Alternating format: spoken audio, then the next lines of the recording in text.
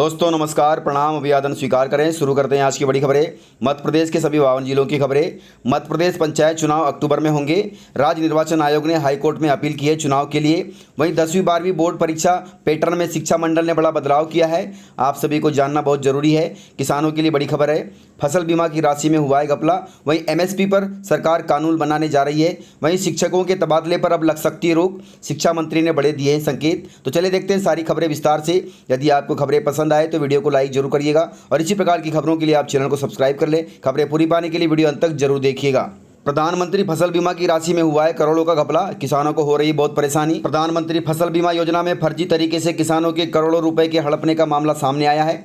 सहकारी bank manager के साथ मिलकर कुछ लोगों ने लगभग 1000 किसानों के बैंक खातों से करोड़ों रुपए निकाल लिए हैं। प्रधानमंत्री फसल बीमा योजना देश के सभी राज्यों के किसानों के लिए लागू है, लेकिन इस प्रकार से यदि बैंक मैनेजर करे तो किसानों का क्या हाल होगा। यह पूरा मामला सूरजपुर जिले के भैयादान ब्लॉक का है, जहां 2018-19 में जिला सहकारी बैंक में 997 किसानों के खाते में प्रधानमंत्री फसल बीमा योजना के अंतर्गत 1,34,00,000 रुपए आए थे, लेकिन बैंक मैनेजर जगदीश कुशवाहा जी ने फर्जी तरीके से इन पैसों को निकाल लिया। जब इसकी जानकारी किसानों को लगी तब उन्होंने बैंक से इसकी शिकायत की, लेकिन न तो इन किसानों के पैसे वापस मिले और न ही बैंक मैनेजर पर कोई कार्रवाई हुई। जिसके बाद ग्रामीणों ने इसकी शिकायत कलेक्टर सूरजपुर से की और अब कलेक्टर सूरजपुर ने इस पूरे मामले की जांच कराकर कार्रवाई की बात की है। हालांकि सूरजपुर जिला छत्तीसगढ़ का एक खूबसूरत जिला है। इस प्रकार से वहां पर बैंक मैनेजरों ने वहां के किसानों के खातों से प्रधानमंत्री फसल बीमा की राशि हड़प ली। क्या भरोसा कि हमारे मध्य प्रदेश में भी इस प्रकार से होता होगा, क्योंकि आज तक 2018-19-20 का फसल बीमा किसानों को नहीं मिला है। तो इस प्रकार से आपको जानकारी देने का यही मतलब है कि हमारे यहाँ पर भी अगर ऐसा होता हो तो आप जरूर एक बार अपने बैंक मैनेजरों से जांच कर ले, ताकि इस प्रकार से धांधली ना हो। किसानों का कहना है कि इस पूरे मामले की शिकायत 6 महीने पूर्व की गई थी। इसके बावजूद आरोपियों के खिलाफ अब तक कोई एक्शन नहीं लिया गया। इस प्रकार इन किसानों पर चौतरफा मार पड़ रही है। एक और इनकी फसल नष्ट हो चुकी है। नष्ट हुई फसल की राशि का गबन हो चुका है। अब इन किसानों के पास पैसों का कोई जरिया नहीं बचा है, जिससे किसान काफ़ी आक्रोशित है और जल्द कार्रवाई न होने पर उग्र आंदोलन की बात कर रहे हैं। वहीं कलेक्टर सूरजपुर मामले को गंभीरता से लेते हुए तत्कालीन बैंक मैनेजर को निलंबित करते हुए पूरे मामले की जांच सहकारी विभाग और पुलिस संस्थाओं से करा रहे हैं। कलेक्टर साहब के अनुसार जल्दी जांच पूरी कर ली जाएगी और आरोपियों पर कार्रवाई की जाएगी। इसके साथ ही सभी किसानों के पैसे उनके खाते में वापस भेजे जाएंगे। तो इस प्रकार से कलेक्टर ने किसानों को आश्वासन दिया है और जल्दी ही ये आश्वासन हकीकत में बदल जाए तो किसानों को राहत मिलेगी। वहीं सरकार की बड़ी तैयारी है। फसलों के समर्थन मूल्य को मिल सकता है कानूनी जामा। चुनाव से पहले केंद्र सरकार उठा सकती है किसानों के लिए बड़ा कदम। केंद्र सरकार की तरफ से एमएसपी को कानूनी जामा पहनाने के संकेत दिखाई दे रहे हैं। कहा जा रहा है कि भाजपा के किसान छवि वाले नेताओं ने गन्ना मूल्य बढ़ाने और एमएसपी पर कानून बनाने का सुझाव हाईकमान को दिया है। वहीं चुनाव से पहले और किसान आंदोलन के दबाव में केंद्र सरकार एमएसपी को कानूनी जामा पहना सकती है। तीनों कृषि कानूनों की वापसी और एमएसपी की मांग को लेकर किसानों को साधने के लिए केंद्र सरकार विधानसभा चुनाव से पहले एमएसपी को कानूनी जामा पहना सकती है। आप सभी जान रहे होंगे कि आने वाले कुछ महीनों में देश के कई राज्यों में विधानसभा चुनाव होने हैं, इसलिए सरकार किसानों को साधने के लिए एमएसपी को कानून के दायरे में ला सकती है। इससे किसानों को बहुत फायदा होगा।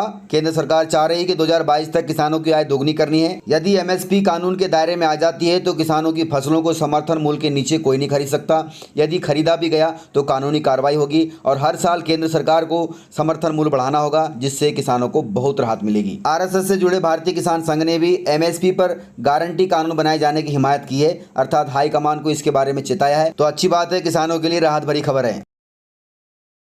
आप सभी को मालूम हो कि केंद्रीय मंत्री ज्योतिरादित्य सिंधिया जी ग्वालियर दौरे पे हैं और अपना शक्ति प्रदर्शन कर रहे हैं, जनता का आशीर्वाद ले रहे हैं। ग्वालियर में केंद्रीय मंत्री जब मांडरे की कुलदेवी माता मंदिर पहुंचे तो पूर्व मंत्री अनूप मिश्रा जी बिना मास्क के उन्हें दिखाई दिए। तब उन्होंने अपने पास का मास्क पहना दिया। इस प्रकार से आप वीडियो में देख सकते हैं।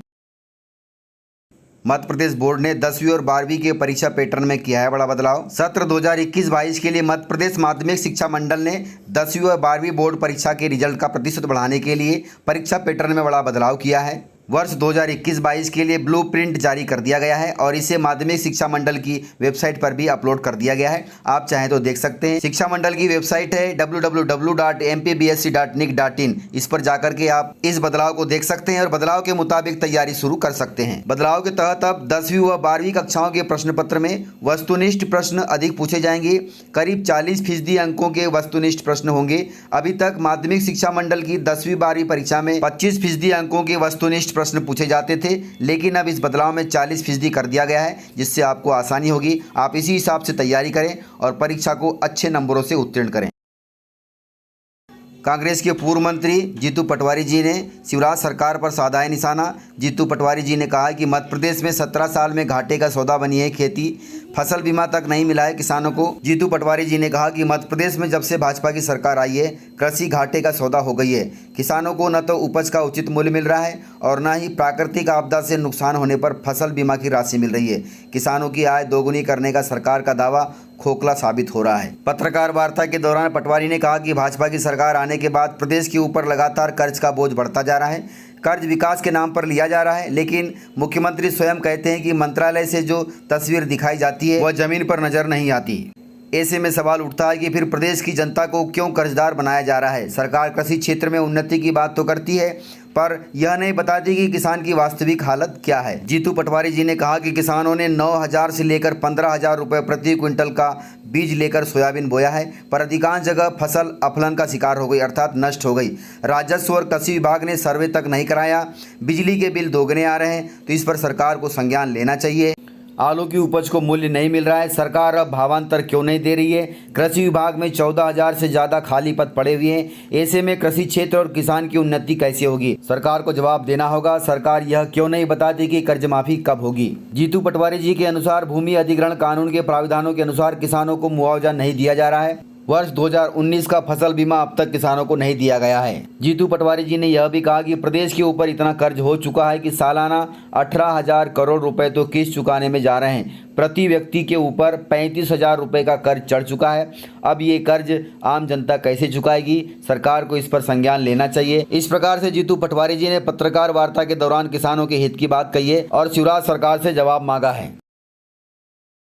वहीं शिक्षा विभाग में व्यापक तबादलों से नई समस्या उत्पन्न हो गई है।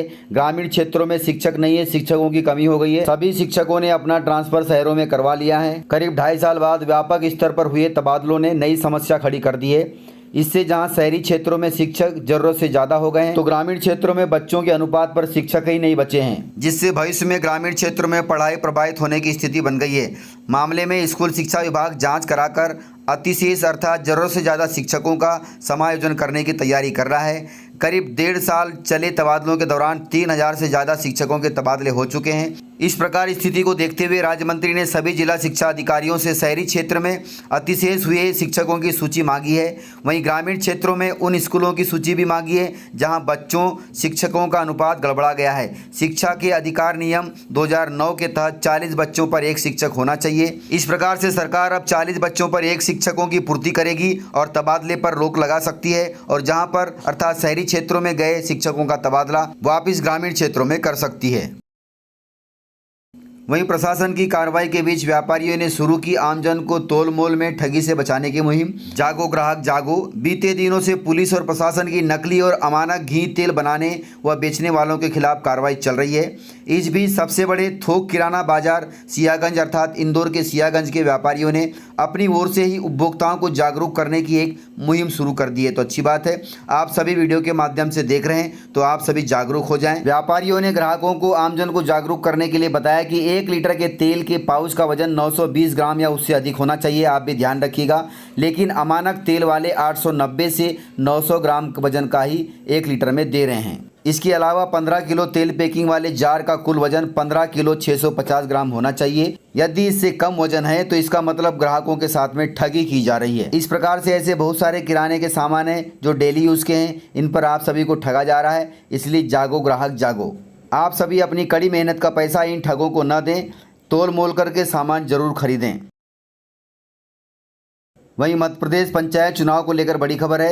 राज्य निर्वाचन आयोग की तैयारी पूरी हो गई है। पंचायत चुनाव कराने के लिए उन्होंने हाईकोर्ट में आवेदन देकर यह अपील की है कि जल्दी से जल्दी अर्थात अक्टूबर माह में पंचायत चुनाव होने चाहिए। मध्य प्रदेश में जल्दी स्थानीय चुनाव आयोजित करवाए जा सकते हैं। दरअसल निर्वाचन आयोग द्वारा इसकी तैयारी पूरी कर ली गई है। वहीं राज्य निर्वाचन आयोग का कहना है कि प्रदेश में आगामी अक्टूबर महीने में पंचायत चुनाव आयोजित कराए जा सकते हैं। तो अच्छी बात है। हालांकि प्रदेश सरकार नवंबर के बाद प्रदेश में स्थानीय निकाय चुनाव करवाना चाहती है। अब इस मामले में निर्वाचन आयोग ने हाई कोर्ट में आवेदन पेश कर दिया है। वहीं आवेदन में निर्वाचन आयोग ने हाई कोर्ट से अपील भी की है कि आरक्षण संबंधी तमाम याचिकाओं की सुनवाई हाई कोर्ट जल्द से जल्द कर उसका निराकरण करे और प्रदेश में पंचायत तथा निकाय चुनाव कराने की अनुमति दे। तो इस प्रकार से जानकारियाँ थी। यदि आपको जानकारियाँ पसंद आई हो तो वीडियो को लाइक जरूर करिएगा और यदि आपने वीडियो पूरा देखा है तो उसके लिए बहुत बहुत धन्यवाद। वीडियो को ज़्यादा से ज़्यादा अपने दोस्तों में शेयर करें ताकि वे भी जानकारियों से अपडेट रहें और जानकारियों का लाभ ले सकें। तो आज के वीडियो में इतना ही, मिलते हैं सर अगले वीडियो के साथ, तब तक के लिए जय हिंद।